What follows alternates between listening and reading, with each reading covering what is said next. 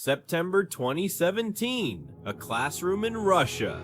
Vladimir Putin tells a room full of students, whoever becomes the leader in artificial intelligence will become the ruler of the world.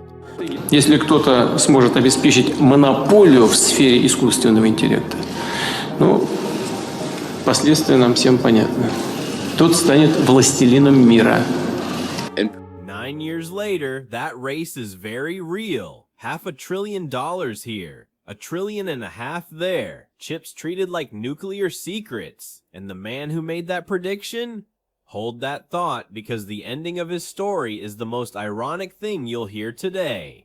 Every leader on Earth has now picked a side. Some are betting everything. Some are pumping the brakes. And some discovered that the real war isn't fought with soldiers anymore. It's fought in data centers. Welcome to Trauma AI. Today, who's actually winning the AI race, country by country? And the scoreboard is not what you think. Team 1, the country's betting everything. Start with America. 1 year ago, almost to the day, President Trump signed an executive order and said the quiet part out loud. Whatever it takes to lead the world in artificial intelligence. Behind those words, Project Stargate. $500 billion for AI data centers, the largest infrastructure bet in American history. Then there's the desert. The United Arab Emirates, a country of 10 million people, committed $1.4 trillion to American AI over 10 years. In return, Washington lets them buy up to 500,000 top NVIDIA chips every single year. Saudi Arabia looked at that and said, us too. A company owned by the Crown Prince is buying hundreds of thousands of chips to process 7% of the world's AI by 2030. The oil countries saw what's replacing oil, and they're buying it in bulk. India is playing a different card, not the biggest checkbook, the biggest population of developers on Earth. Modi put it simply, AI is writing the code for humanity in this century. But here's the part almost nobody notices. The country everyone calls second place isn't even playing the same game. On paper, China is losing badly. America invests 23 times more private money in AI. 23 times. So the race is over, right? Except the gap between the best American model and the best Chinese model is under 3%. 23 times less money. 3% behind. How? Because China changed the rules. Instead of locking its AI behind subscriptions, it gives the models away. Open source, free to download, free to own. Last week, a Chinese lab released Kimi K3, the biggest open AI model in history, and it beat the top American models at coding. Days later, President Xi stood on a stage in Shanghai and offered China's AI to the entire developing world, saying the future should be, quote, a symphony of international cooperation, not a solo. 29 countries signed up on the spot. America sells AI, China is giving it away. Generosity? No. Strategy. Every startup in Jakarta, Lagos, or Sao Paulo that builds on free Chinese models plugs the world into China's ecosystem. It's exactly what Android did for Google, except this time it's a country. Meanwhile, Europe chose a third path, the rulebook. The EU passed the world's first big AI law, fines up to 7% of a company's global revenue. Europe's logic: we may not build the giants, but if you want to sell to 450 million rich consumers, you play by our rules. Then reality knocked. 50 CEOs, Airbus, Mercedes, ASML, begged Brussels to pause the law. Brussels answered, and I quote, "There is no stopping the clock. There is no pause." 11 months later, they paused the clock. 16 months of delay. Europe blinked. To be fair, Europe isn't asleep. 200 billion euros mobilized, and France's Macron pitched his nuclear power to AI companies with the greatest line of the whole race. There's no need to drill, it's just plug, baby, plug. In this world where I have a good friend in the other part of the ocean saying, drill, baby, drill. Here, there is no need to drill. It's just plug, baby, plug.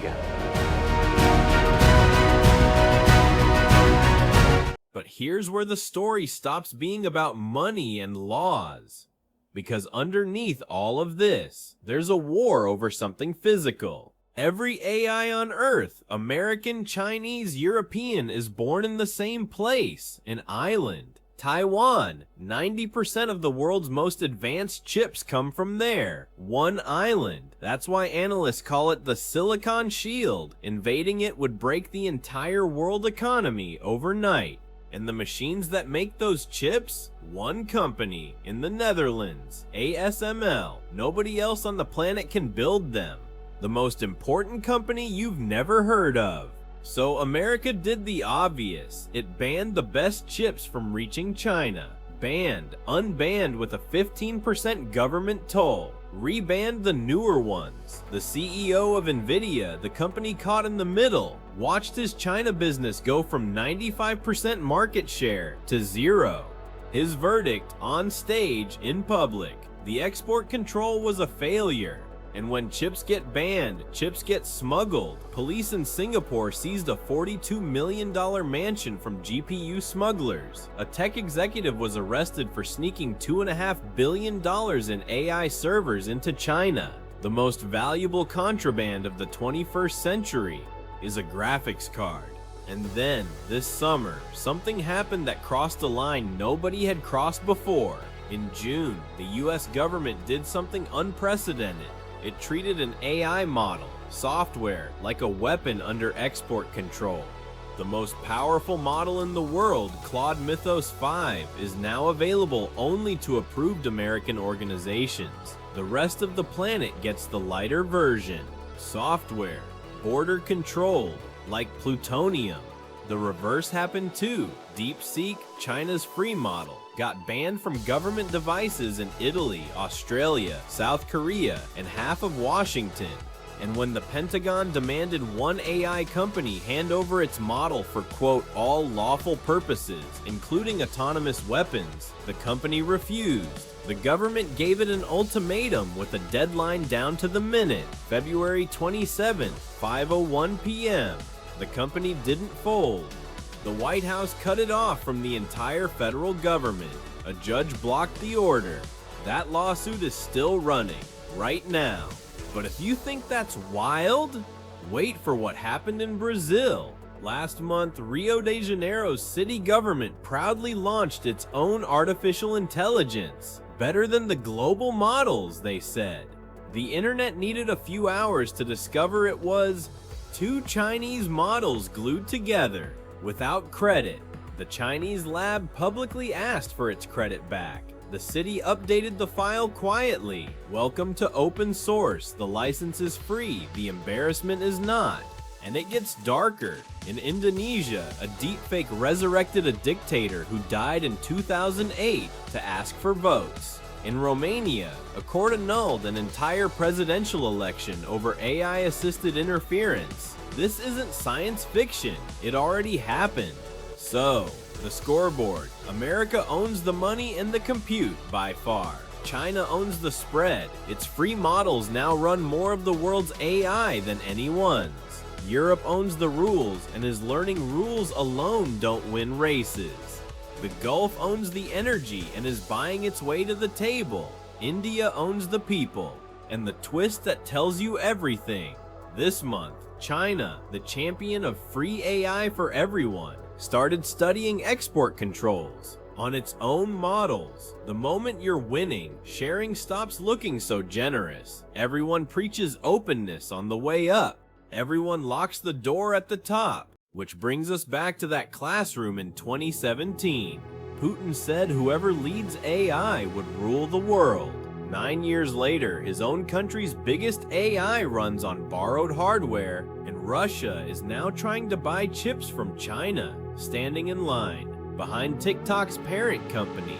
He saw the prize, he just isn't in the race. Because this race isn't won by predicting it, it's won by building. Chips, energy, models, people, and the wildest part, the tools themselves are free now. Anyone can build, including you.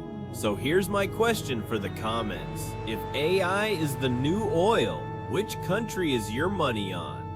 I read every answer. Subscribe because this race changes every single week and we keep score. Class dismissed.